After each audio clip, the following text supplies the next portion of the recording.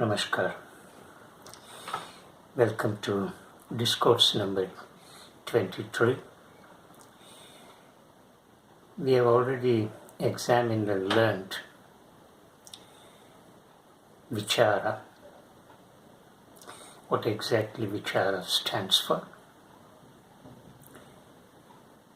And while examining Vichara, we have also examined three stages of observation: the intellectual observation, artistic observation, and psychic observation. So in intellectual observation, we apply the tool that is intellect in order to derive knowledge. And much of knowledge in the world has come out in this state of observation. And in this state of observation, the subject maintains distance with the object. So there is a clear-cut dichotomy, division between the subject and the object. In the case of artistic observations, we have two categories of people. In the first category,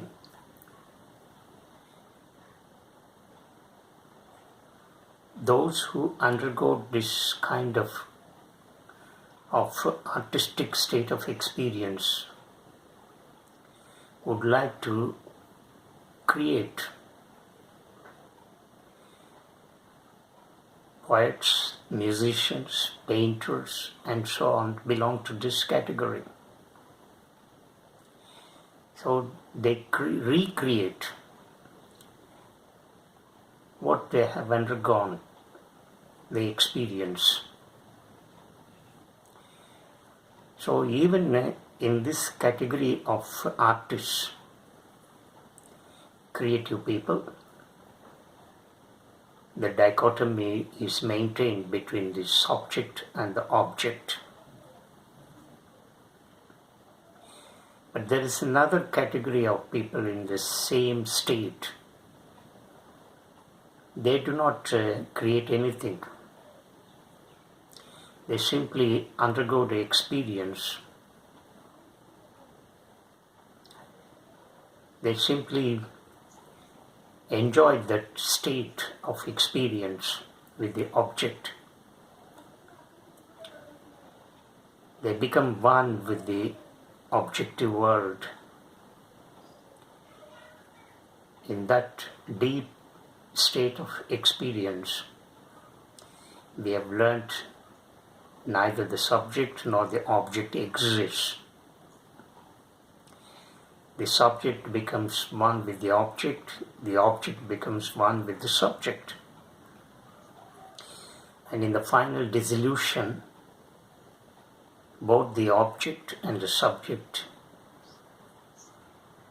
become united, and the identity of these two will not exist at all in that state of experience. So in the artistic state of observation, we have two kinds of people. One kind of people create, another kind of people do not create, they simply undergo that experience. In the psychic state of observation, we have noticed how the subject directs the whole inquiry within.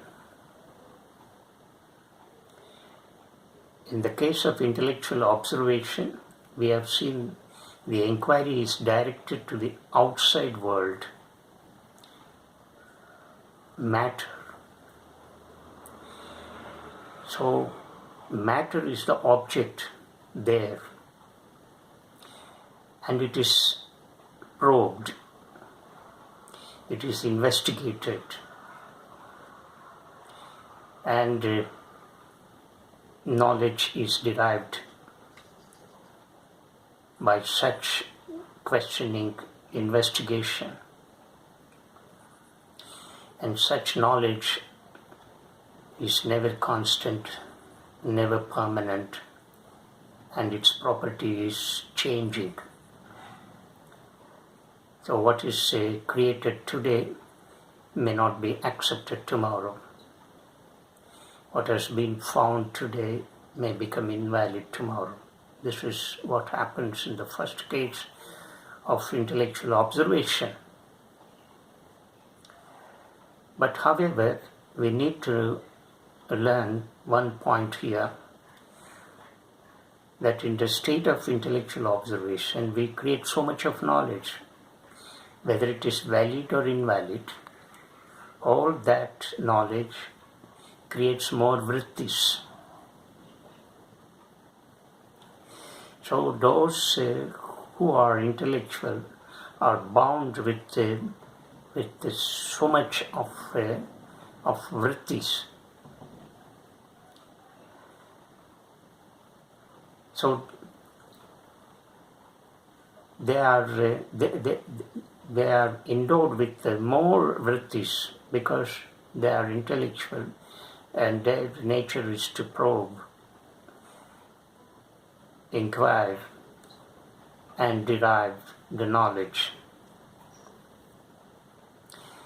In the psychic state of observation, the subject is the self, and the object is also the self. Therefore, we become reflective, contemplative, and the knowledge resulting out of this inquiry is called Atma-jnana, that is knowledge of the self. So, Vichara arises here, not outside. So when you become introspective, deeply introspective, when the inquiry is directed within, then you become more reflective and contemplative, and that is called Vichara. So when you cultivate this virtue, Vichara, Vrittis can be minimized,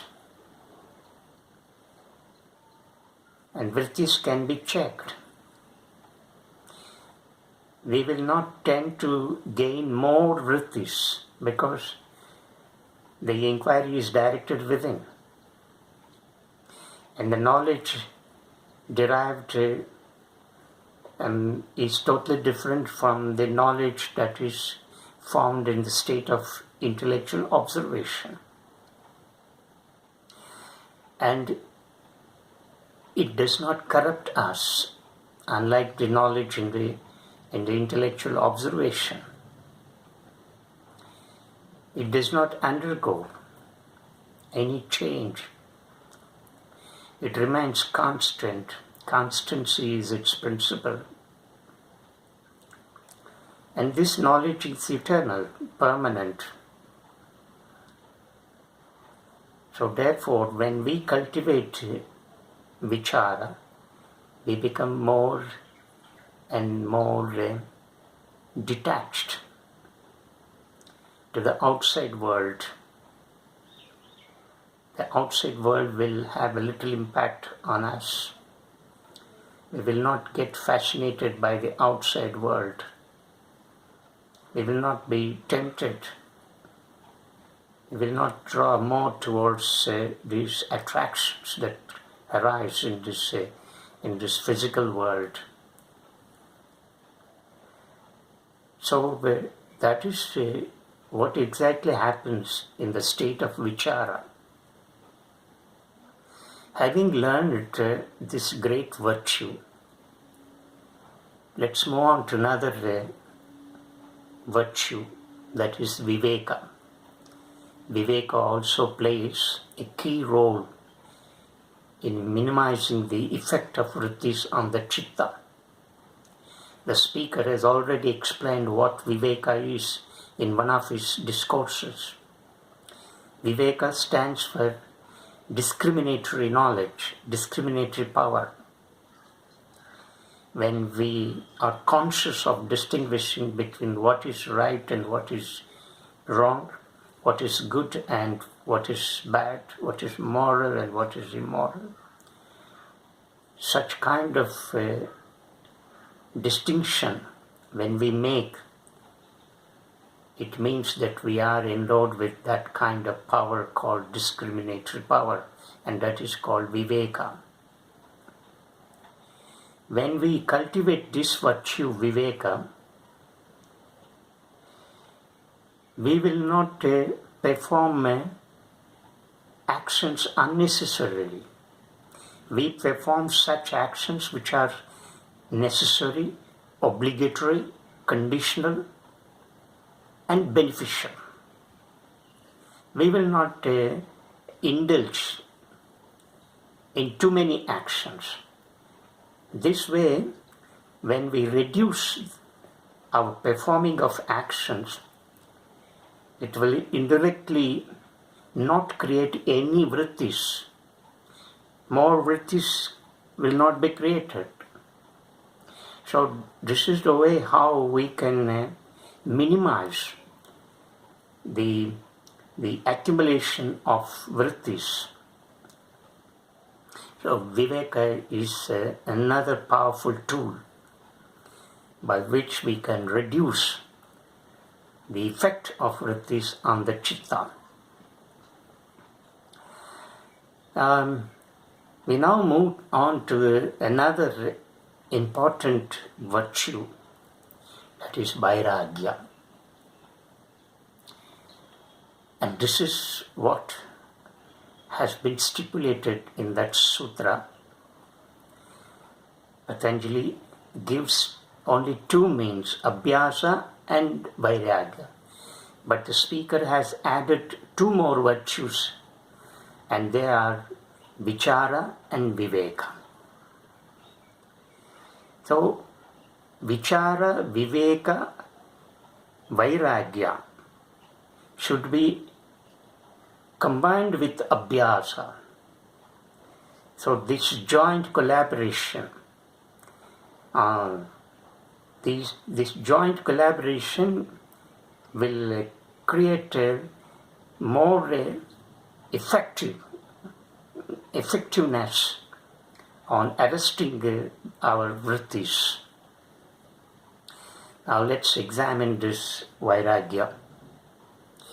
Now Vairagya actually stands for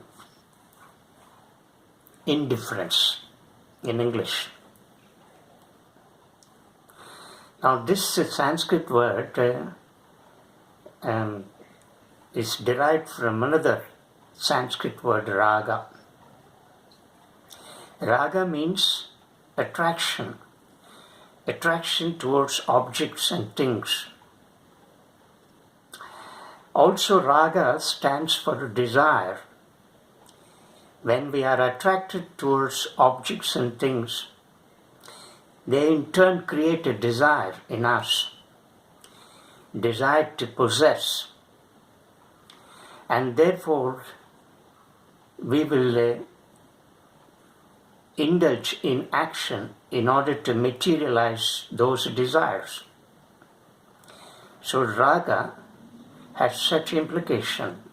So raga means attraction. But Vairagya means the absence of such attractions. The absence of such attraction is what is known as indifference, developing indifference. That is, we are not drawn more towards such attractions. But this Vairagya can happen only when you are endowed with the Vichara, with the quality of Vichara.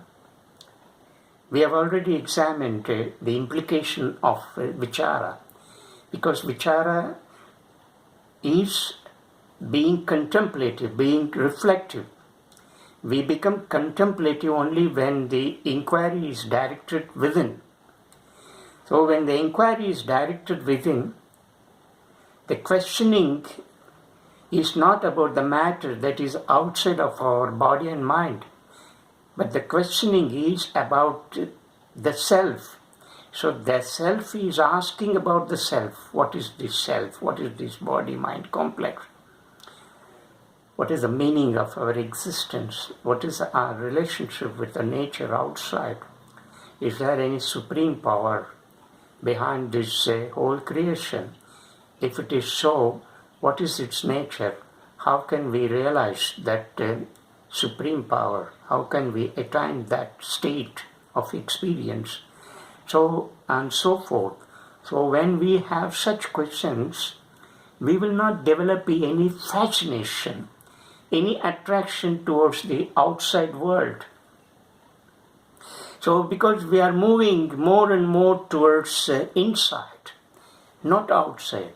All attractions belong to the outside world. The attraction comes from the outside world, from the objective world, right?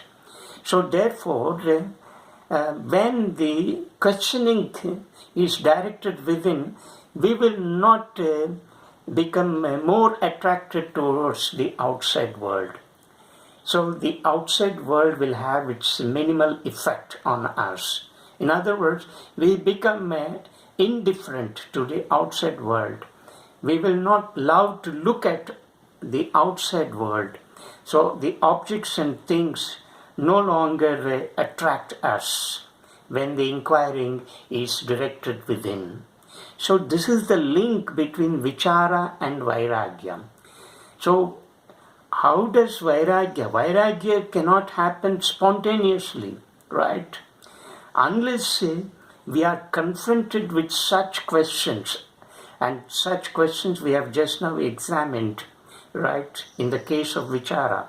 Only when such questions arise, then we can develop Vairagya. So this is the relationship between Vichara and Vairagya.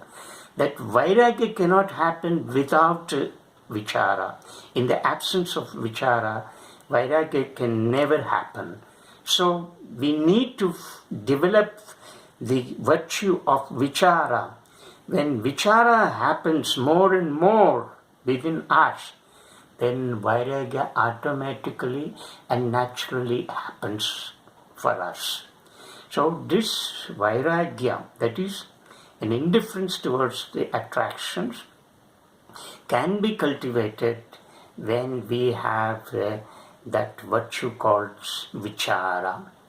Now, also when we have examined the raga, the implicit word within Vairagya, then its opposite word also needs to be examined. What is the opposite word of raga? Dvesha. Dvesha stands for repulsion, repulsive attitude, a disliking attitude, hatred, a sort of hatred. So where there is raga, there is bound to be dvesha. So this raga and dvesha are the two sides of the same coin. They are not different. So where there is raga, there is bound to be dvesha. So where there is attraction, there is bound to be repulsion. So both coexist. They are not two different things. Although in the word Vairagya, dvesha is not included, but it is understood. Raga, where there is raga, there is bound to be dvesha. So dvesha is already there within raga. So that is the other side of raga. So when we have that raga, we also have dvesha. So this kind of hatred, the strong dislike, also coexists with the attraction. So how to develop indifference towards raga and dvesha, right? So both these raga and dvesha have to be eliminated. When these two are eliminated, Vrittis can no longer be created. And when the Vrittis are not there, then its impact on the Chitta will not be there. the nirodha, nirodha, that is the elimination or the removal. The question of removal or elimination will not arise at all. Only when there are vrittis, then the question of removal or elimination arises. How to eliminate, how to check, how to arrest these vrittis, and so on. So, when we are away from these two qualities, that is raga and dvesha, one is both are negative qualities here. Raga and attraction is not a positive virtue, right? And similarly, dvesha is not the opposite of raga, right? They are correlated with each other. So, both when we are away from these two qualities, namely raga and dvesha, then we have developed that kind of vairagya. So, and how to develop that indifference towards this raga and dvesha? Only by inculcating the quality of vichara. So vichara is the base for vairagya. Remove vichara, vairagya cannot be attained. You may try to resist attraction. You may try to resist dvesha, but still you cannot. You may succeed, and thus success may not be great. But when you are affected deeply by this vichara, when you are endowed with this vichara guna, then definitely our vairagya automatically happens. It comes naturally on its own. So this virtue of vairagya cannot be practiced in isolation. It has to be cultivated along with vichara. In other words, vichara is the base for vairagya. So let's first cultivate vichara. Let's direct that inquiry within ourselves, right? And then automatically vairagya, the fascination towards the outside world, will gradually disappear. And then the mind will come to a rest. It will attain that state of calmness. Otherwise, it is like a boat being rocked by a strong wind on the surface of water. Once the strong wind stops, the boat comes to a standstill, and there will be no rustles, no waves, no tides in the water, and the boat will come to a standstill. So it will remain calm. So the strong wind here in this analogy stands for all those vrittis generated by attractions, that is raga and dvesha. So raga and dvesha create more vrittis. They are like strong wind. When the strong wind comes to an end, then mind will attain that state of calmness. So this is the philosophy of yoga. So this is the philosophy of vichara and vairagya. So vairagya cannot be cultivated in isolation. It has to be cultivated along with vichara. So let's first start with vichara, then automatically vairagya comes for us. So it happens on its own naturally and automatically. So this is the relationship between vichara and vairagya. So all these four golden virtues I call Viveka, Vichara, Vairagya and Abhyasa, the relentless sadhana. All these have to be combined in order to arrest or eliminate these vrittis that create so much havoc on the chitta, that is on mind. Namaskar. We shall meet in the next discourse.